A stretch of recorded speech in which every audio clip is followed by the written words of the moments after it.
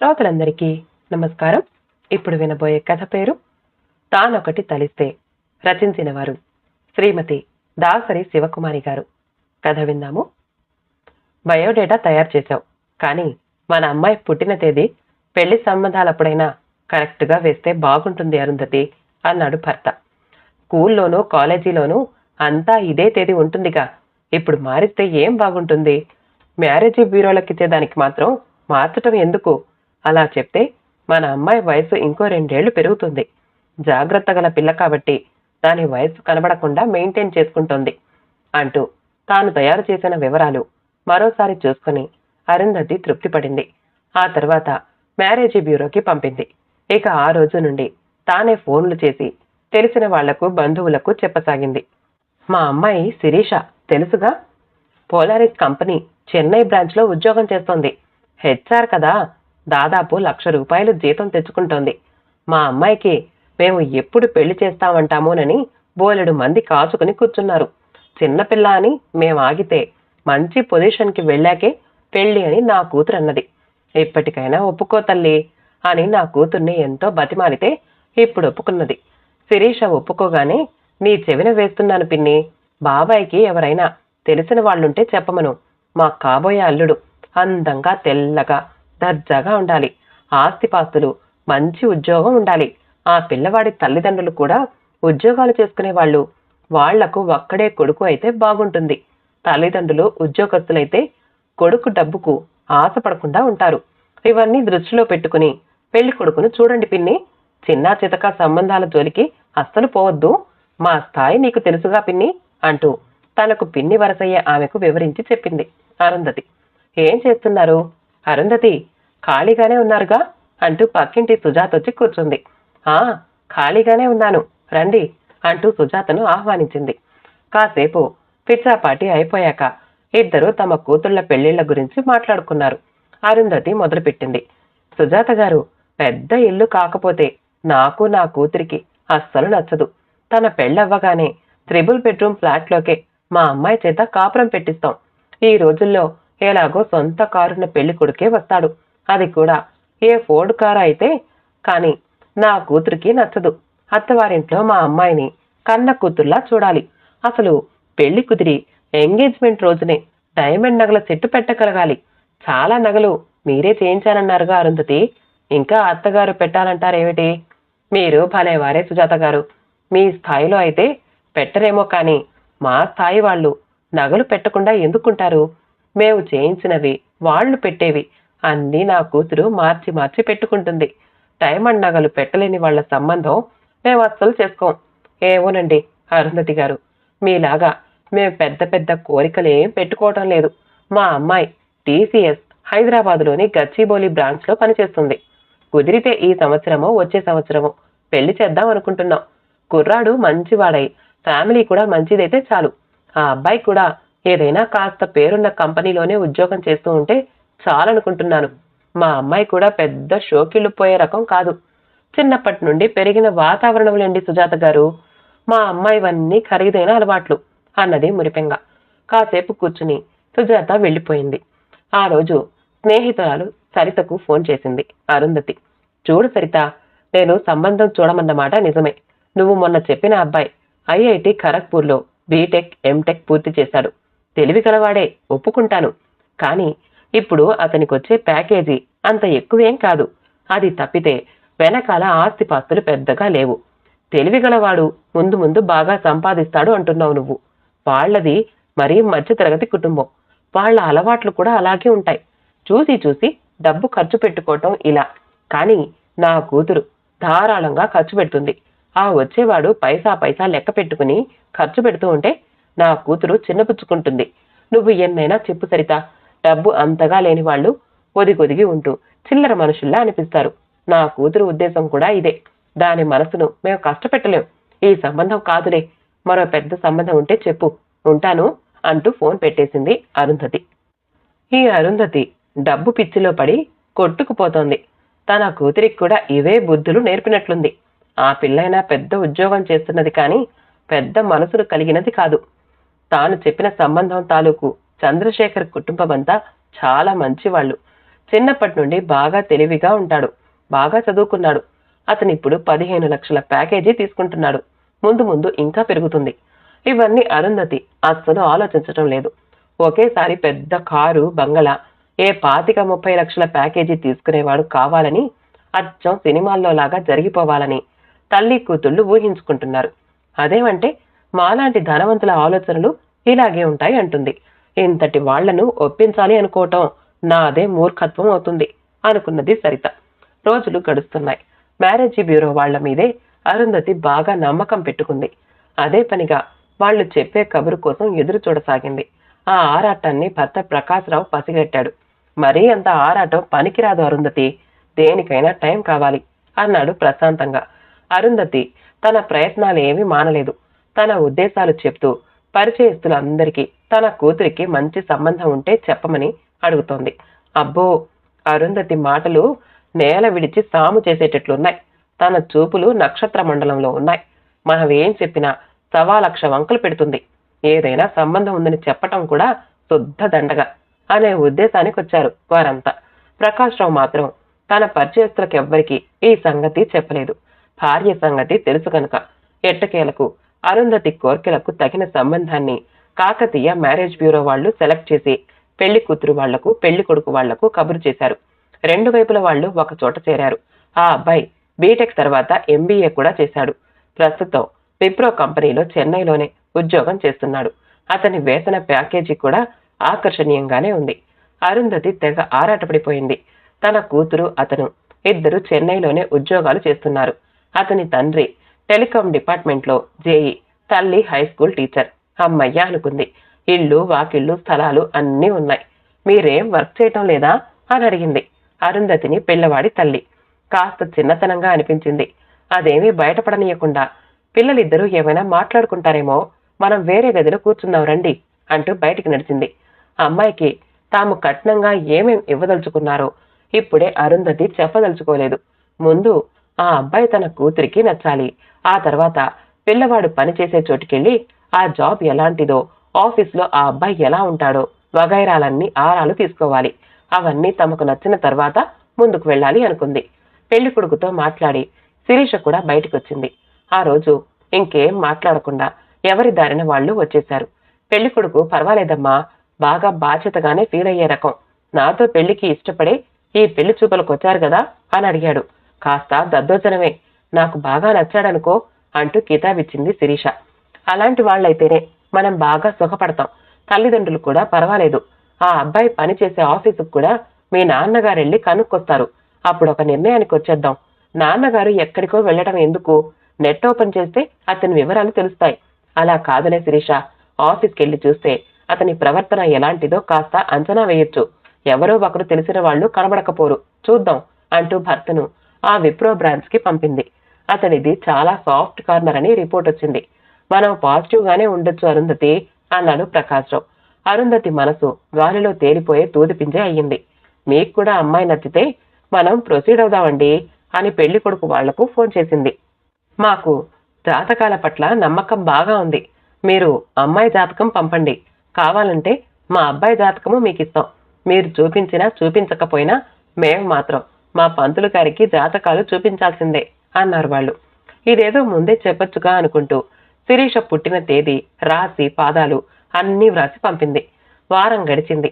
వాళ్ల దగ్గర నుండి ఏ సమాధానమూ లేదు. ఎందుకు ఆలస్యం చేస్తున్నారో తెలియటం లేదు. కొంపదీసి జాతకాలు కలవలేదా ఏంటి అని మదనపడసాగింది. తన కూతురు కూడా 2 సార్లు అడిగింది, వాళ్ళేమైనా చెప్పారా అమ్మా అని. మనకు కొన్ని సంబంధాలు నచ్చటం లేదు, అలాగే వాళ్ళకి మన సంబంధం నచ్చకపోయి ఉండొచ్చు. నచ్చలేదని ముఖాన చెప్పలేరు కదా, అందుకే మౌనంగా ఉండిపోయి ఉంటారు. పోనీ మరో సంబంధం చూసుకోవచ్చు అన్నాడు ప్రకాశ్రావు. ఇంతకు మించి మీ నోట్లో నుంచి మంచి మాటలు రావా అంటూ రుసరుసలాడింది అరుంధతి. 10 రోజులు గడిచిన తర్వాత తానే వాళ్లకు ఫోన్ చేసింది. ఆ అబ్బాయి తల్లి ఫోన్ ఎత్తింది. జాతకాలు చూపించారా అండి? చూపించామండి. ఏమన్నారో తెలుసుకోవచ్చా? ఇద్దరి జాతకాలు కలవలేదండి. పాయింట్లు సరిపోవటం లేదు. నేను మీకు ముందే చెప్పాను, మాకు జాతకాలంటే బాగా నమ్మకమని. ఎవరికి ఎవరు రాసి పెట్టారో లేండి అన్నదామె. ఆగండి, చిన్నప్పుడు మా అమ్మాయిది చాలా మంచి జాతకమని మా అమ్మ వాళ్ళు చెప్పారు. మరోసారి చూపిద్దాం. పోనీ ఈసారి నేను చూపిస్తాను. ఇంకెవ్వరికీ చూపించాల్సిన అవసరం లేదండి. మీ అమ్మాయిది మంచి జాతకమైతే కావచ్చు, కానీ మా అబ్బాయి జాతకంతో కలవాలిగా. అలా కలవని సంబంధాన్ని మేము ఇష్టపడం. ఇలాంటి నెగిటివ్ జవాబు వస్తుందని అరుంధతి అస్సలు ఊహించలేదు. ఉండేలు దెబ్బతిన్న పక్షిలా విలవిల్లాడింది. భర్తతో మాట్లాడినా ఏమీ లాభం ఉండదు. మరో సంబంధం చూసుకోవచ్చు అనే అంటాడు. ఎంత సన్నగా చిన్నగా కనబడినా కూతురి వయస్సు ఎక్కడికి పోతుంది? ఇప్పటికే పెళ్లి వయస్సు దాటుతోంది అని తెగ ఆరాటపడింది. ఆ పగలంతా ఆలోచిస్తూనే ఉన్నది. శివాలయంలో ఉండే పూజారి భట్టాచార్య గారు జాతకాలు చూడడంలో దిట్ట అని విన్న మాట గుర్తుకొచ్చింది. సాయంకాలం కాగానే బయలుదేరి శివాలయానికి వెళ్ళింది. ఆ భట్టాచార్య గారు తీరుబాటుగానే ఉన్నారు. పంతులు గారు, ఆ అమ్మాయి అబ్బాయిల జాతక పత్రికలు తెచ్చాను. ఈ ఇద్దరి జాతకాలు కలుస్తాయో లేదో మీరు చెప్పాలి అంటూ ఆయన ముందు వాటిని పెట్టింది. పంతులు గారు రెండింటినీ చూశారు. ఒకటికి 2 సార్లు పరిశీలించారు. ఈ అబ్బాయి ఏమైనా చుట్టాలబ్బాయా? కాదండి, బయటి సంబంధమే. ఏవో లెక్కలు వేసుకుంటూ అమ్మాయి జాతకం సరిగ్గానే వ్రాసుంచారు కదమ్మా అన్నారు. ఆ, సరిగ్గానే వ్రాసుంది. ఇలా చెప్పవలసి వచ్చినందుకు నాకు చాలా బాధగా ఉందమ్మా. అమ్మాయి జాతకంలో కుజదోషం ఉన్నది. ఈ పెళ్లివారే కాదు, ఏ పెళ్లివారైనా వెనక ముందు ఆలోచిస్తారు. అరుంధతికి తను ఏం వింటున్నదో కాసేపు అర్థం కాలేదు. అర్థమైన తర్వాత గుండెల్లో దడ మొదలయ్యింది. తను కూర్చున్న చోటుతో సహా అంతా గిర్రున తిరిగిపోతున్నట్లుగా ఉంది. తనతో తెచ్చుకున్న వాటర్ బాటిల్లోని మంచినీళ్లు 2 గుక్కలు తాగింది. పవిట చెంగుతో ముఖం తుడుచుకుంది.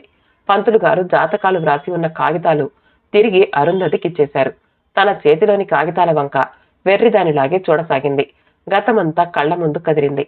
1992 సంవత్సరంలో మాఘ నక్షత్రంలో సింహరాశిలో తన కూతురు పుట్టింది. పుట్టిన తిథి వారం కూడా బాగా ఉన్నాయనుకున్నారు. కానీ తనే ఆ తారీఖును మార్చివేసింది. ఇప్పుడెలా అని కంగారు పడుతూ, పంతులు గారు, నేనిప్పుడు ఒక చిక్కు సమస్యలో ఇరుక్కున్నాను. అదేంటంటే 2 ఏళ్ల వయసులో నా కూతురికి లివర్ సమస్య వచ్చింది. కాళ్ళు చేతులు సన్నబడి పొట్ట మాత్రం కనబడేది. చాలా వైద్యం చేయించాం. అది బాగా కోలుకునేటప్పటికీ 2 ఏళ్లు పట్టింది.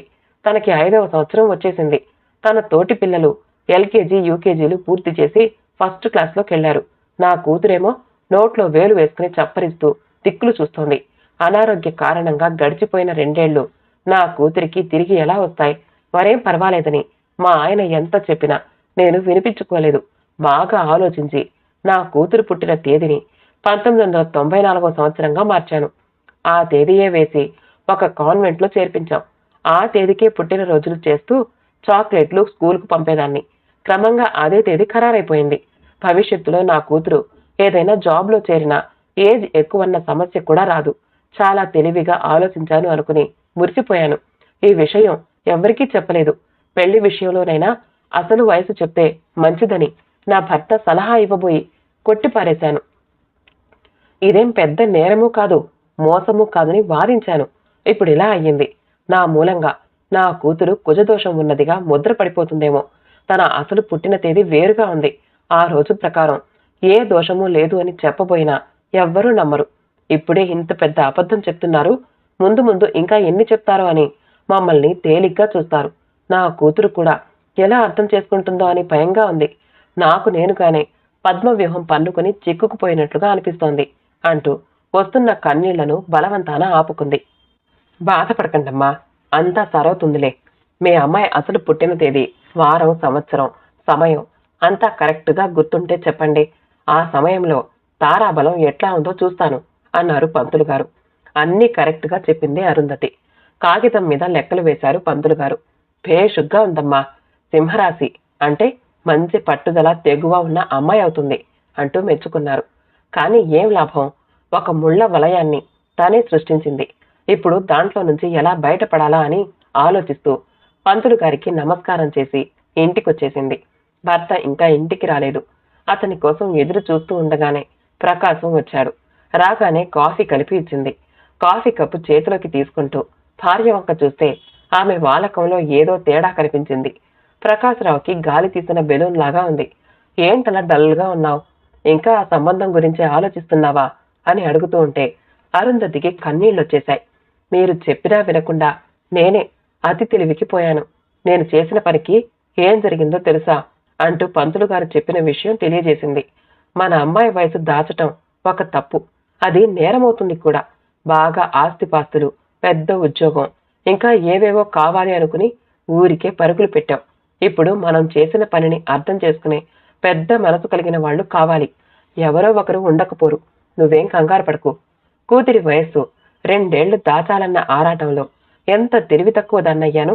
మున్సిపాలిటీలో నా కూతురు పుట్టిన తేదీ నమోదై ఉంటుంది. ఆ విషయము మర్చిపోయిన దద్దమ్మనైపోయాను. ఇదెంత పెద్ద సమస్య అయి కూర్చుంటుందో. ప్రస్తుతం పెళ్లి సంగతి ఆలోచించాలి. నా కూతురికి పెళ్లి కొడుకు బాగా నచ్చాడు. ఆ అబ్బాయి కూడా అభిప్రాయాన్ని చెప్పాడు. వాళ్ళిద్దరూ కాబోయే భార్యాభర్తల్లా ఊహించుకుంటున్నారు. ఎన్నో ఆలోచనలను మాలగా గుచ్చుకొని ఒకరికొకరు మార్చుకుందామన్న ఉద్దేశంలో ఉండి ఉంటారు. వాళ్ల కలలను చెదరగొట్టేయకూడదు. నా తప్పు అందరి దగ్గర నిజాయితీగా ఒప్పుకుంటాను అని ఆలోచించింది అరుంధతి. వెంటనే పెళ్లి కొడుకు వాళ్ల ఇంటికి ఫోన్ చేసి, అరుంధతి, వదిన గారు, జరిగిన సంగతి ఇది. దీన్ని కాస్త పెద్ద మనసుతో అర్థం చేసుకోవాలి అంటూ సంగతంతా వివరించింది. అరుంధతి గారు, మీరు తెలుసుకోవలసినవి కూడా కొనున్నాయి. మా మరిది చనిపోయాడు. నా తోటి కోడలికి బాగా అనారోగ్యం. వాళ్ళకిద్దరు పిల్లలు. దాంతో వాళ్ళు మా ఇంట్లోనే మా పిల్లలతో పాటు ఉంటారు. ఆ అమ్మాయి పెళ్లి బాధ్యత మాదే. ఆ అబ్బాయిని తల్లిదండ్రుల్లా మేమే ఆదరించాలి. మా ఆస్తిపాస్తులు దాదాపు సగం భాగం వాళ్ళకిస్తాం అన్నది కొడుకు తల్లి. మరేం పర్వాలేదండి, మీ ఆస్తి మీ ఇష్టం. మాకిప్పుడు మీ కుటుంబము, మీ అబ్బాయి గుణగణాలే ముఖ్యం అన్నది మనస్ఫూర్తిగా. మరో విషయమండి అంటూ తామిచ్చే కట్న కానుకల గురించి చెప్పబోయింది. ఆమె వినిపించుకోకుండా, మీరివ్వగలిగింది మీ అమ్మాయికి పెట్టుకోండి. వాటి గురించి మేమెప్పుడూ ఆలోచించలేదు. మా అబ్బాయికి మీ అమ్మాయి బాగా నచ్చిందని చెప్పాడు. అదొక్కటే మేము ఆలోచించాం. తర్వాత మాట్లాడుకుందాం. నా స్కూల్కి టైం అవుతోంది అంటూ ఫోన్ పెట్టేసింది. ఆమె ఇంత త్వరగా ఎలా అర్థం చేసుకోగలిగిందో అరుంధతికి అర్థం కాలేదు. పెళ్లి కొడుకు తల్లి మాత్రం నవ్వుకుంది. అరుంధతి చిన్నప్పటి స్నేహితురాలు సరితే. నాకు డిగ్రీలో క్లాస్మేట్. మొన్న ఏదో ఫంక్షన్కి ఈ ఊరొచ్చి నన్ను కలవాలని వచ్చింది. అప్పుడే తమ ఈ సంబంధం విషయం చెప్పి వాళ్ళిచ్చిన బయోడేటా చూపించింది. పరిశీలనగా చూసి, శిరీష పుట్టిన తేదీ ఇది కాదు. మా అబ్బాయి తను ఒకే సంవత్సరంలో పుట్టారు. మా ఇద్దరి పుట్టెళ్ళు ఒకే చోట కదా. నాకు బాగా గుర్తుంది. అరుంధతి కాస్త తలతిక్క మనిషి. విషయం ఏంటో కనుక్కుందాం.